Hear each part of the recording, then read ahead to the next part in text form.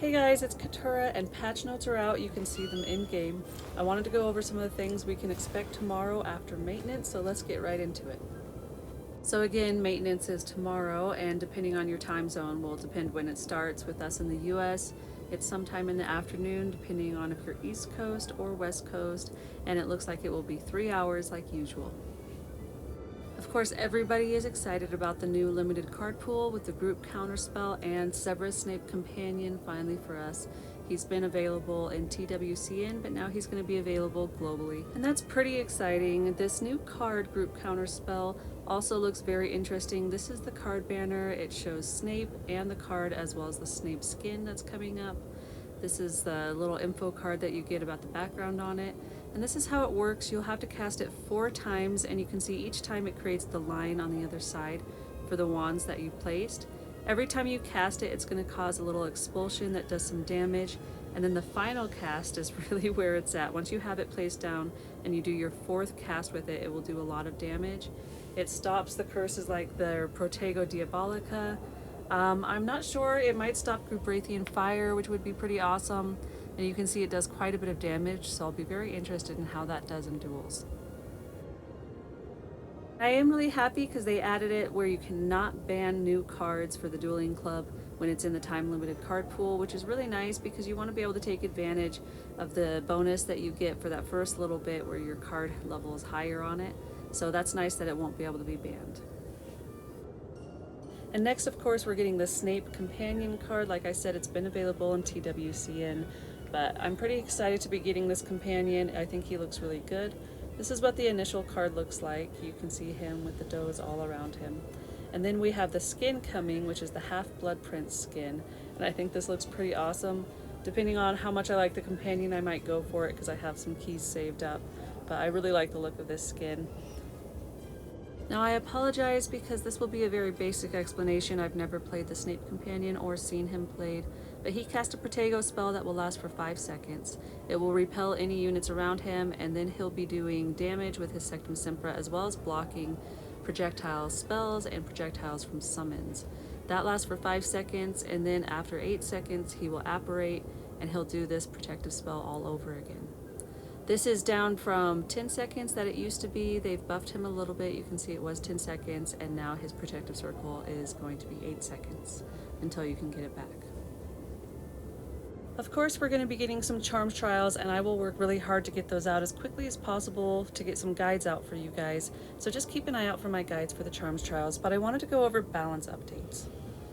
Because we're getting some buffs to spell cards and a summon card. Starting with Accio, it will get a 5% increase on its damage. It already does quite a lot of damage, so this will just do a little bit more damage, I guess. And the next card getting a buff will be Ventus. It's getting an 11% increase in its damage, which I do think is needed because Ventus doesn't do a lot of damage, and this will definitely make it a more viable spell, and we'll probably see more people using it. Next up is Glacius. It says that its attribute adjustment in best partners is now -10, where it was previously -16.6, and I'm sorry, I honestly don't know what that means. It means something, guys.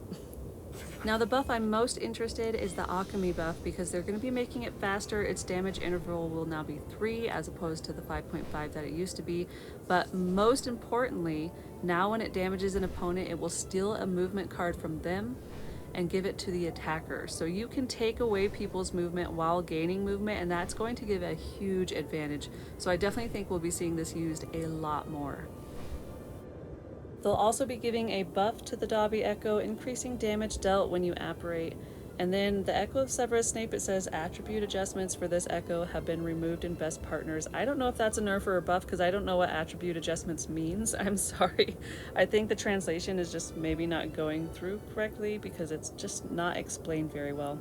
I do have to say I'm pretty disappointed that we have yet another season where Suitcase has not been nerfed because it really needs it. It's too broken, and it's been broken since it came out. So I'm pretty disappointed that they didn't nerf Suitcase this season.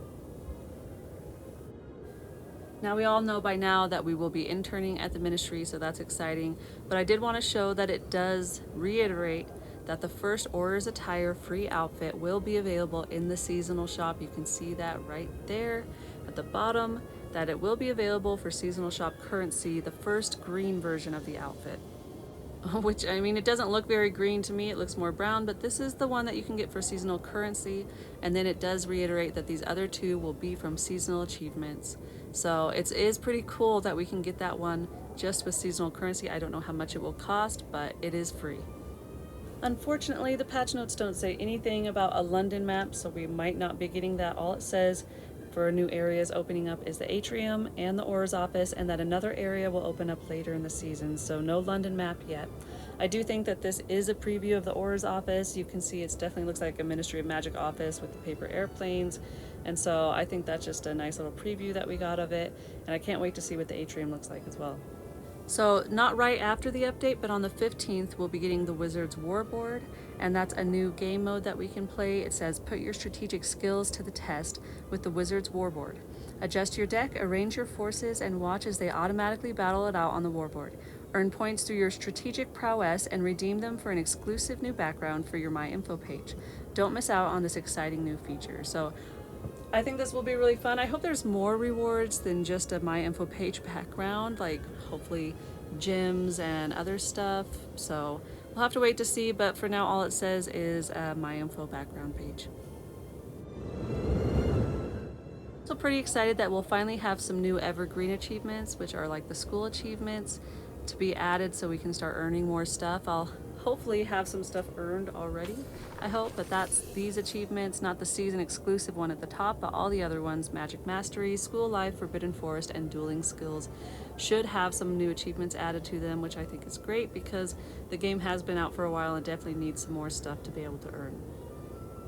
On the 11th, we'll be getting a new value pack that has a Ministry Identity card in it, as well as Streeler Shells and Powder Chinese Fireball. It does say that you'll be able to personalize your Ministry Identity card with a custom ID number. I do think that this is a preview. We saw this in the pictures that I shared with you the other day. So I think this is what it will look like. I have no clue how much it's going to cost, but knowing them, it will probably be like 680 gems because they love to charge 680 gems for some reason, which is ridiculous, but I hope it's not that expensive, but I wouldn't put it past them to make it that expensive. Unfortunately, these patch notes didn't say anything about the Voldy Echo, although we do know that we are getting him, so it's not going to be this update.